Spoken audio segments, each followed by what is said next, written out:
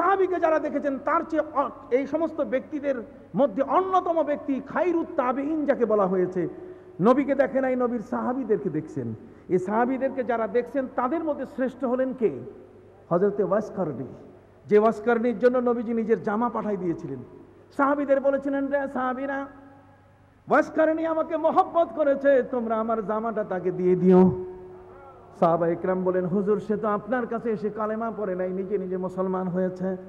নবীজি বলেন, ওর আসার দরকার নাই, ও তো মায়ের খেদমতে ব্যস্ত ছিল, মায়ের খেদমত করেছে, এই জন্য আমার কাছে আসে নাই, এই জন্য আমি অখুশি নই, আমি তার উপরে খুশি আছি। মায়ের খেদমত করেছে ওয়াইস কারনী, মায়ের খেদমত করার কারণে আমার কাছে আসতে পারে নাই। আল্লাহর নবী বলেন, যাও আমার ভালোবাসায়। আমি নবীর একটা দাঁত উহুদের ময়দানে ভেঙে গেছে, আর সেই একটা দাঁতের বদলায় সে তার গোটা মুখের মধ্যে 32টা দাঁতের একটা দাঁতও রাখে নাই। ভেঙে ফেলছে কয়টা? 32টা দাঁত। তাহলে বলো, দুনিয়ার মধ্যে আজ পর্যন্ত কেউ এর উপরে ফতোয়া দিয়েছে কিনা?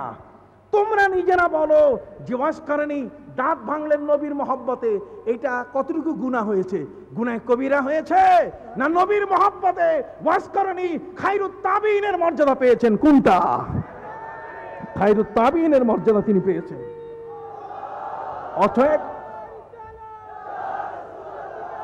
অতএব ভালোবাসার ক্ষেত্রে তোমরা কখনো আমাদেরকে কাটছাট করো না। আমরা ভালোবাসায় দাঁড়িয়ে যাই। ইয়া নবী সালাম আলাইকা না বললে ইশকের আগুন জ্বলে না। ইশকের আগুন জ্বলতে গেলে ইয়া নবী সালাম আলাইকা বলতে হয়। ওই গহরডাঙ্গার মাওলানা শামসুল হক ফরিদপুরি, তোমরা তার ইতিহাস দেখো। উনি তাসাউফ তত্ত্ব কিতাব লিখেছেন। তাসাউফ তত্ত্ব কিতাবের 27 পৃষ্ঠায় তিনি উল্লেখ করেছেন যে নবীর মহব্বতে ইয়া নবী সালাম আলাইকা না বললে আশেক যারা তাদের ইশকের আগুনেই জ্বলে না।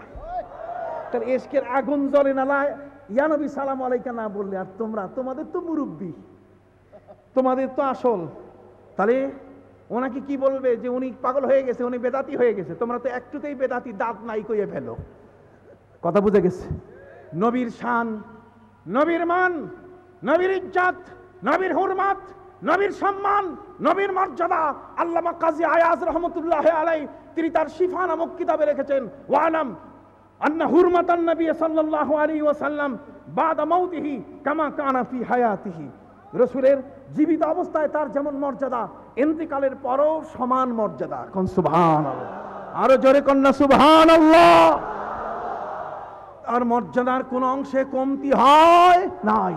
বলুন, তার মর্যাদার কোন অংশে কি হয় নাই? কমতি হয় নাই। ভাইরা আমার, আব্দুল্লাহ ইবনে উবাই ইবনে সালুল মুনাফিক, এই মুনাফিক মানুষটা বলা শুরু করলো যে উটের যে পেশাব, উষ্টির যে পেশাব, এটা দুর্গন্ধ হচ্ছে। কথা কি শুনছেন আপনারা? কি হচ্ছে? দুর্গন্ধ। নাকে রুমাল দিয়ে বলছে ও ও, সাহাবীরা বলছে ও ও, রুমাল টাইন না সোজা করে নাক খালি করে ফেলছে। ভালো করে নাকের ঘ্রাণ নাও। নবীজির উষ্টির পেশাব, যেই উটের উপরে নবী চড়ছেন, খোদার কসম ওই উটের উষ্টির যে পেশাবটা এটা পর্যন্ত পবিত্র, এটার মধ্যেও সেই মেশকাম্বরের ঘ্রাণ আসে। মুনাফিক বলছে না নাই, সাহাবী বলছে আছে। লাগলো মারামারি। কথা কন না।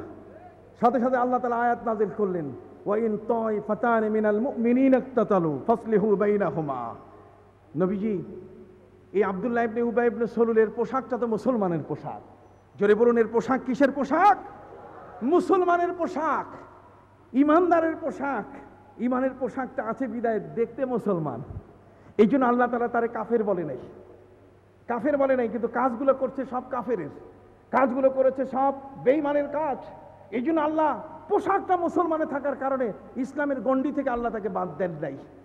পবিত্র কোরআন মজিদ আল্লাহ বলে দিলেন, ওয়া ইন তাইফাতানি মিনাল মুমিনিনা ইকতাতালু ফাসলিহু বাইনাহুমা। দুই দলের মধ্যে, মুসলমানের মধ্যে দ্বন্দ্ব, মারামারি শুরু হয়েছে, আপনি এখানে সমাধান করে দেন। এই আব্দুল্লাহ ইবনে উবাই ইবনে সালুল কত বড় মুনাফিক, নবীর জীবনের উপরে কত বড় সে আপত্তি তুলেছিল। নবীর স্ত্রীর উপরে আপত্তি, উষ্টি নিয়ে মারামারি। এই লোকটা ইসলামের সবচেয়ে বড় ক্ষতি করেছে। আল্লাহ তাআলা এই মুনাফিকের সম্পর্কে বলেছেন, ইন্নাল মুনাফিকিনা ফি দারকিল আসফালি মিনান নার, এদের শাস্তি হচ্ছে জাহান্নামের সবচেয়ে নিচের তলাটাতে এদেরকে রাখা হবে। কারণ নাউজুবিল্লাহ, আর জোরে বলেন নাউজুবিল্লাহ। হযরতে রাসূল করিম সাল্লাল্লাহু আলাইহি ওয়াসাল্লামের সম্পর্কে তার ধারণা ভালো ছিল না।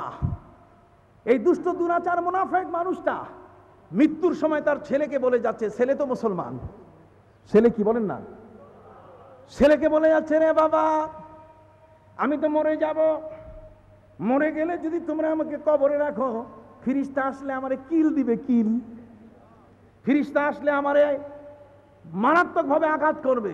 কয় বাবা কেন? কয় গোটা জীবন নবীর সাথে যে বেয়াদবি করছি, কবরে গেলে ফিরিস্তারা আমার টুটি চিপে ধরবে, থাপ্পড় মারবে, আমার অবস্থা কাহিল করবে, কাজেই এটা বাঁচার একটা পথ করতেছি, তুমি ব্যবস্থা করে দিও। কয় কি পথ? কয় আমি যখন মারা যাব, আমি মারা গেলে তুমি মুহাম্মদ রাসূলুল্লাহ সাল্লাল্লাহু আলাইহি ওয়াসাল্লামের কাছে গিয়ে বলবে যে রাসূল আমার বাবা মৃত্যুর পরে তিনি তার নিজের জন্য দুটো জিনিস আপনাকে দিতে বলেছেন। একটি হলো যে আপনি আপনার জামা মোবারক দিবেন কাফন পরাবার জন্য, আর জানাজার নামাজটা আপনি পড়াই দিবেন।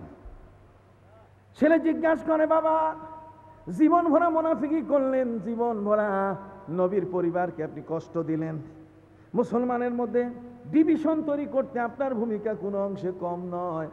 রে বাবা আপনার মৃত্যুর পরে নবীর কাছে গিয়ে জামা চাবো, শেষ পর্যন্ত জামা দিয়ে করবেন কি?